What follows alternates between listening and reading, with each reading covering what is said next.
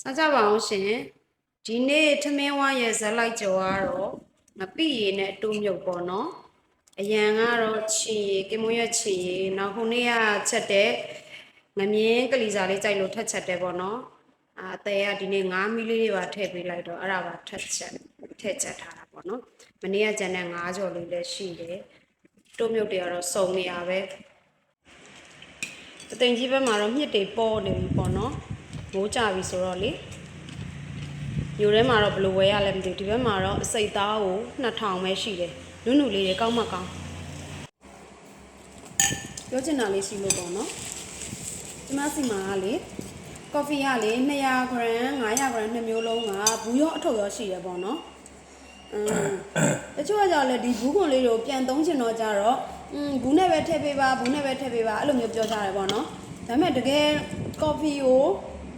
တကယ်ဆွဆွမြဲမြဲတောက်တဲ့သူကော်ဖီကြောင်းသိတဲ့သူကကြတော့အထုပ်ပဲယူကျင်ကြတယ်။ဘာလို့လဲဆိုတော့အထုပ်ရဲ့အာသာချက်ကဘာရှိတာလဲဆိုတော့သူကသိကြတယ်လေ။အဲဆိုရင်ဘာအာသာလဲပြပါလားဆိုရင်ဒီအထုပ်ကကြတော့သူကအလူမီနီယံ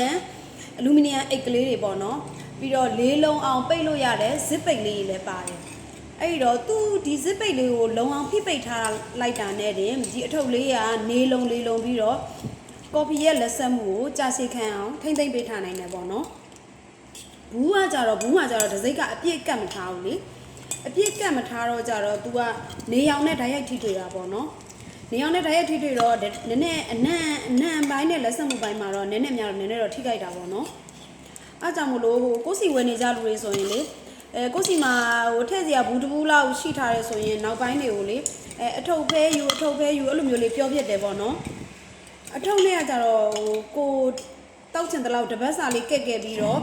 ထည့်ထားလိုက်တယ်ဆိုရင်ဒီလက်ဆက်ကော်ဖီတဘာဝကော်ဖီရဲ့အနံ့ရတာကိုအပြည့်အဝခံစားရတာပေါ့နော်ပူပွေးလေးတောက်ရတာပေါ့လူတွေကလည်းလေတနာတကြောမပြတ်သေးတော့ကြတော့ကျမရေးအတွက်တောက်တယ်ပဲဆိုဒီအနံ့အရသာကောင်းကောင်းမွန်မွန်ဖြစ်ဝလေးတော့တောက်ချင်ကြတာပဲလေနော်အစားတောက်ကတော့ဘာပဲဖြစ်ဟိုဓာတ်စာပဲဖြစ်ကျမရေးအတွက်စားတာပဲဖြစ်နံ့ရသာလေးတော့ခံကျင်ကြတာပဲလေ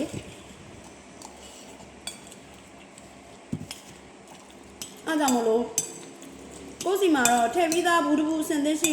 လွယ်တကူရှိနေရဆိုရင်တော့အထုပ်ပဲယူဖို့အကြံပေးစင်တယ်နော်ကျမတို့လည်းအထုပ်ပဲတောက်တာအထုပ်ပဲဖောက်ပြီးတော့ဒီ